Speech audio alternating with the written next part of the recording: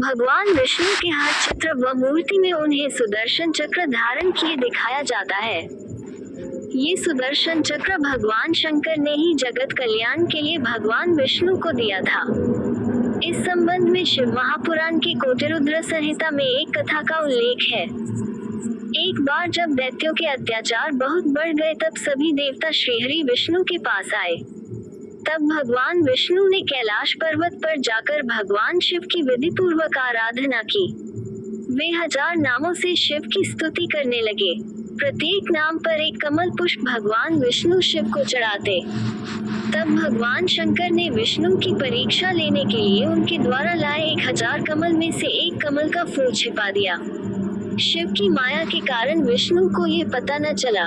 एक फूल कम पाकर भगवान विष्णु उसे ढूंढने लगे, परंतु फूल नहीं मिला।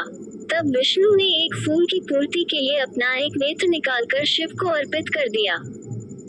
विष्णु की भक्ति देखकर भगवान शंकर बहुत प्रसन्न हुए और श्रीहरि के समक्ष प्रकट होकर वरदान मांगने के लिए कहा। तब विष्णु ने दैत्यों को समाप्त करने के लिए अजेय शस्त्र का वरदान मांगा। तब भगवान शंकर ने विष्णु को अपना सुदर्शन चक्र दिया। विष्णु ने उस चक्र से दैत्यों का संहार कर दिया। इस प्रकार देवताओं को दैत्यों से मुक्ति मिली तथा सुदर्शन चक्र उनके स्वरूप से सदैव के लिए जुड़ गया। बात उन दिनों की है जब श्री राम का अश्वमेध यज्ञ चल रहा था।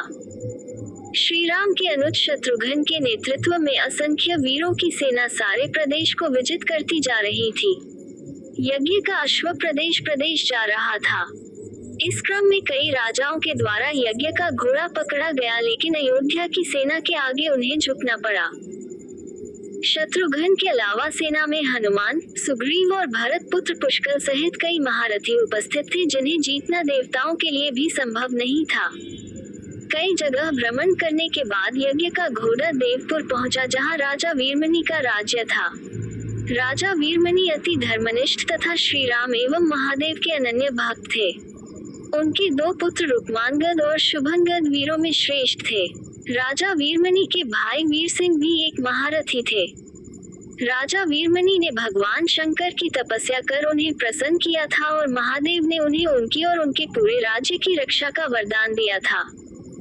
महादेव के द्वारा रक्षित होने के कारण कोई भी उनके राज्य पर आक्रमण करने का साहस नहीं करता था। जब अश्व उनके राज्य में पहुंचा तो राजा वीरमणि के पुत्र रुक्मांगद ने उसे बंदी बना लिया और अयोध्या के सैनिकों से कहा कि यज्ञ का घोड़ा उनके पास है, इसलिए वे जाकर शत्रुघ्न से कहे कि विधिवत युद्ध कर वो अपना अश्व छुड़ा ले। जब रुक्मांगद ने ये सूचना अपने पिता को दी तो वो बड़े चिंतित हुए और अपने पुत्र से कहा कि अनजाने में तुमने श्री राम के यज्ञ का घोड़ा पकड़ लिया है। श्री राम हमारे मित्र हैं और उनसे शत्रुता करने का कोई औचित्य नहीं है, इसलिए तुम यज्ञ का घोड़ा वापस लौटाओ। इस पर रुक्मांगद ने कहा कि हे पिताश्री, मैंने तो उन्हें युद्ध की चुनौती भी दे दी है, अतः अब उन्हें बिना युद्ध के अश्व लौटना हमारा और उनका दोनों का अपमान होगा। अब तो जो हो गया है उसे बदला नहीं जा सकता, इसलिए आप मुझे युद्ध की आज्ञा दें। पुत्र की बात सुनकर वीरमणि ने उसे सेना सुसज्जित करने की आज्ञा दे दी। राजा वीरमणि अपने भाई वीर सिंह और अपने दोनों पुत्र रुक्मांगद और शुभांगद के साथ विशाल सेना लेकर युद्ध क्षेत्र में आ गए। इधर जब शत्रुघ्न को सूचना मिली कि उनके यज्ञ का घोड़ा बंदी बना लिया गया है तो वो बहुत क्रोधित हुए एवं अपनी पूरी सेना के साथ युद्ध के लिए युद्ध क्षेत्र में आ गए। उन्होंने पूछा कि उनकी सेना से कौन अश्व को छुड़ाएगा, तो भरत पुत्र पुष्कर ने कहा कि तातश्री, आप चिंता न करें। आपके आशीर्वाद और श्री राम के प्रताप से मैं आज ही इन सभी योद्धाओं को मारकर अश्व को मुक्त करता हूँ। वे दोनों इस प्रकार बात कर रहे थे कि पवनसुत हनुमान ने कहा कि राजा वीरमणि के राज्य पर आक्रमण करना स्वयं परमपिता ब्रह्मा के लिए भी कठिन है, क्योंकि ये नगरी महाकाल द्वारा रक्षित है। अतः उचित यही होगा कि पहले हमें बातचीत द्वारा राजा वीरमणि को समझाना चाहिए, और अगर हम न समझा पाए तो हमें श्री राम को सूचित करना चाहिए। राजा वीरमणि श्री राम का बहुत आदर करते हैं, इसलिए वे उनकी बात नहीं टाल पाएंगे। हनुमान की बात सुनकर श्री शत्रुघ्न बोले कि हमारे रहते अगर श्री राम को युद्ध भूमि में आना पड़े, ये हमारे लिए अत्यंत लज्जा की बात है। अब जो भी हो हमें युद्ध तो करना ही पड़ेगा। ये कहकर वे सेना सहित युद्ध भूमि में पहुंच गए। भयानक युद्ध छिड़ गया। भरत पुत्र पुष्कल सीधा जाकर राजा वीरमणि से भिड़ गया। दोनों अतुलनीय वीर थे। वे दोनों तरह तरह के शस्त्रों का प्रयोग करते हुए युद्ध करने लगे। हनुमान राजा वीरमणि के भाई महापराक्रमी वीर सिंह से युद्ध करने लगे। रुक्मांगद और शुभांगद ने शत्रुघ्न पर धावा बोल दिया। पुष्कल और वीरमणि में बड़ा घमासान युद्ध हुआ। अंत में पुष्कल ने वीरमणि पर 8 नाराज बाणों से वार किया। इस वार को राजा वीरमणि सह नहीं पाए और मूर्छित होकर अपने रथ पर गिर पड़े। वीर सिंह ने हनुमान पर कई अस्त्रों का प्रयोग किया पर उन्हें कोई हानि न पहुंचा सके। हनुमान ने एक विकट पेड़ से वीर सिंह पर वार किया। इससे वीर सिंह रक्तवमन करते हुए मूर्छित हो गए। उधर श्री शत्रुघ्न और राजा वीरमणि के पुत्रों में असाधारण युद्ध चल रहा था। अंत में कोई चारा न देखकर शत्रुघ्न ने दोनों भाइयों को नागपाश में बांध लिया। अपनी विजय देखकर शत्रुघ्न की सेना के सभी वीर सिंह नाद करने लगे। उधर राजा वीरमणि की मूर्छा दूर हुई तो उन्होंने देखा कि उनकी सेना हार के कगार पर है। ये देखकर उन्होंने भगवान रुद्र का स्मरण किया। महादेव ने अपने भक्त को मुसीबत में जानकर वीरभद्र के नेतृत्व में नंदी, भृंगी सहित सारे गणों को युद्ध क्षेत्र में भेज दिया। महाकाल के सारे अनुचर उनकी जय जयकार करते हुए अयोध्या की सेना पर टूट पड़े। शत्रुघ्न, हनुमान और सारे लोगों को लगा कि जैसे प्रलय आ गया हो। जब उन्होंने भयानक मुख वाले रुद्र, अवतार वीरभद्र, नंदी, भृंगी सहित महादेव की सेना देखी तो सारे सैनिक भय से कांप उठे। शत्रुघ्न ने हनुमान से कहा कि जिस वीरभद्र ने बात ही बात में दक्ष प्रजापति का मस्तक काट डाला था और जो तेज और समता में स्वयं महाकाल के समान है, उसे युद्ध में कैसे हराया जा सकता है। ये सुनकर पुष्कल ने कहा कि हे तातश्री, आप दुखी मत हो। अब तो जो भी हो हमें युद्ध तो करना ही पड़ेगा। ये कहता हुए पुष्कल वीरभद्र से, हनुमान नंदी से और शत्रुघ्न भृंगी से जा भिड़े।